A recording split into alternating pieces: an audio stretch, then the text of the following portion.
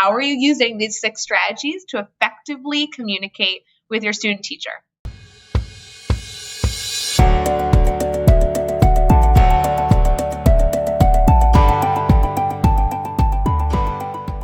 Hey everyone, it's Rae from the Teach Better team. And I am thrilled that we are going to kind of dive into 6 effective strategies to communicating with your student teacher. Anytime you have a student teacher, your ability to communicate with them is so essential. It's something that every time I get a student teacher, I am continuously working on. And I don't know that anybody has perfected it. We are always striving to build better relationships with the people we have in our classroom so we can figure out how to effectively communicate with them.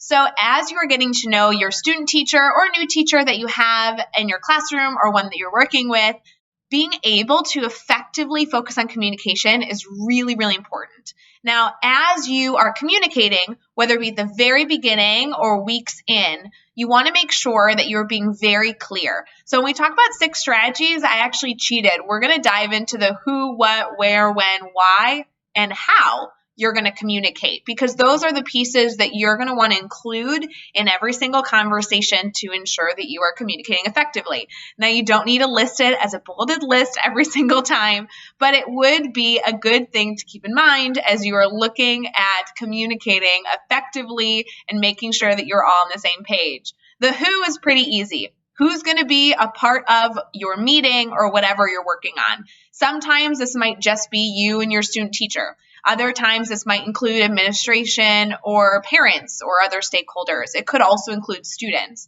So as you're looking at the who, this should not only deal with a meeting that you're trying to plan with your student teacher, but it also could deal with a lesson planning strategy. Who's involved? Who's your audience? So that is going to be a big piece. The next is going to be the when. Now, if you're teaching a class, the when might be a little easy. It's probably going to be tomorrow around 12 o'clock. But if you're planning a meeting, the when is very, very important. Sometimes we plan our calendars, or at least I do. I get so in my head about wrapped around what I have going on in my life, I don't always consider the people around me, which is not a good thing. So as you're thinking about when you might be meeting with your student teacher or when a lesson might take place, when might need to be more of a conversation than a final decision. When works best for you to meet? Are you a morning person or an afternoon person? When does it make the most sense to do this activity? Before the assessment or after? So using that when strategy is a thing that could be a great conversation starter. Who, what? Let's jump to the what. The what is going to be essential. What are you talking about? What's your focus? Using the term what allows your student teacher to really focus on the target or the purpose. So that could apply to a lesson or a meeting. What do we need to talk about? What do we need to accomplish? Who, what, where? Where is the meeting taking place, or where in your classroom is an activity taking place? The where allows you to have a finalized location that allows you to not be confused about where you might be meeting. Or it also can create a conversation in the classroom about where a specific thing might be set up or what needs to be prepared for the classroom. Who, what, where, when, and why. Why is a really good one. The why should actually drive a lot of your conversation. Why do you need to meet? Why do you need to teach this activity? Why do you need to teach this content? The why should be at the forefront of everything that you're doing, not only for your students, but during a meeting with your student teacher as well. If your student teacher doesn't know why they're meeting with you, they may not be as invested. So make sure that why is not only at the forefront of your mini lesson or station activity, or maybe you're using a mastery grid like the grid method, but your why should also be at the forefront of any time you schedule a meeting or want to have a little chit chat. That why will keep you on the same page as you're working towards that long-term goal.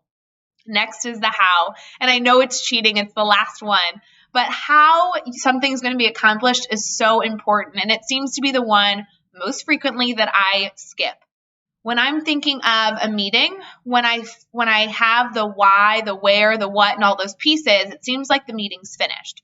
But the how is going to be the tactical next steps that your student teacher or you yourself need to take to ensure that whatever you're discussing is accomplished effectively and efficiently. How is this lesson going to go step by step? How are we going to start transitioning you into taking a leadership role in the classroom? How are we going to facilitate reflection? How are we going to most effectively schedule a meeting that we're going to have every other week?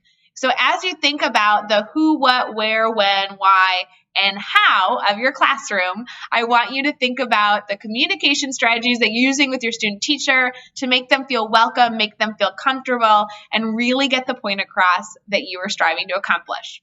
My challenge to you, I want you to consider the who, what, where, when, why, and how in the next thing that you're about to do, like right after this video. If you have a student teacher in your classroom, I want you to consider those 6 strategies. And then if you're willing, it would be wonderful to have you share out using #TeachBetter and tell us, how are you using these 6 strategies to effectively communicate with your student teacher? I can't wait to hear from you.